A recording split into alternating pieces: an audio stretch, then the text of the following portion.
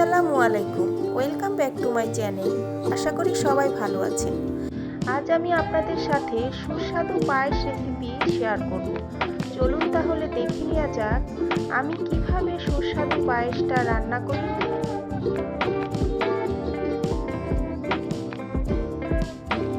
এখানে আমি 1 litre liquid দুধ নিয়ে নিয়েছি। দিয়ে দেব একটি তেজপাতা ও 3টি এলাচ। এ পর্যায়ে চুলার হিটটা হাইয়ে আছে। দুধটা একটু গরম হয়ে এলে দিয়ে দিব 1 কাপ গুঁড়া দুধ।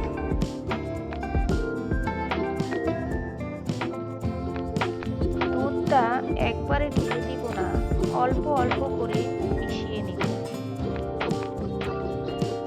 নতুন রাঁধুনিদের জন্য একটা টিপস, গুঁড়া দুধ কখনোই ফুটন্ত গরম দুধে মেশাতে যাবেন না, তাহলে দলা পেকে যাবে। দুধটা চুলায় দেওয়ার সাথে সাথে যখন একটু গরম হয়ে আসবে তখন দুধটা মেশাবেন।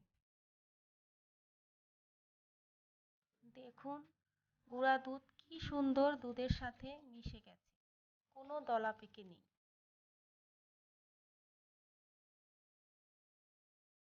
এখন দিয়ে দিব চাল। এখানে আমি 2 মুঠো পোলাওয়ের চাল নিয়ে নিয়েছি। 1 লিটার দুধের জন্য 2 মুঠো চালই যথেষ্ট।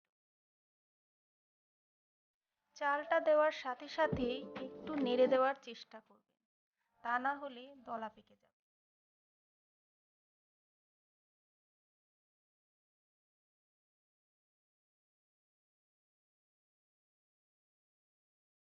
এখন দিয়ে দিব হাফ চামচ লবণ।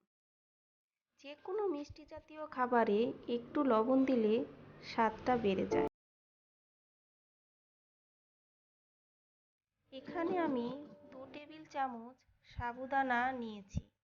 সাবুদানাটি ধুয়ে 2 মিনিটের জন্য ভিজিয়ে রেখেছিলাম। সাবুদানাটা অপশনাল, আপনারা দিতে চাইলে দিবেন, কিন্তু আমি যখনই পায়েস রান্না করি সাবুদানা দিয়ে রান্না করি। সাবুদানাটা দিলে আমার কাছে মনে হয় পায়েসের স্বাদটা দ্বিগুণে বেড়ে যায়। ধৈর্য সহকারে অনবরত দুধটা নাড়তে হবে, তা না হলে তলায় লেগে যাবে।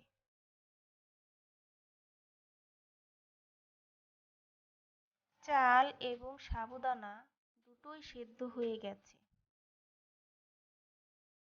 এখন দিয়ে দিব চিনি। এখানে আমি 1 কাপ চিনি নিয়ে নিয়েছি। আপনারা আপনাদের স্বাদ মতো চিনি দিয়ে দিবেন। চিনিটা দিয়ে অনবরত নাড়তে থাকবেন। চিনিটা আমার গলে গেছে। এ পর্যায়ে দিয়ে দিব কিছু কিশমিশ আর কাজু বাদাম।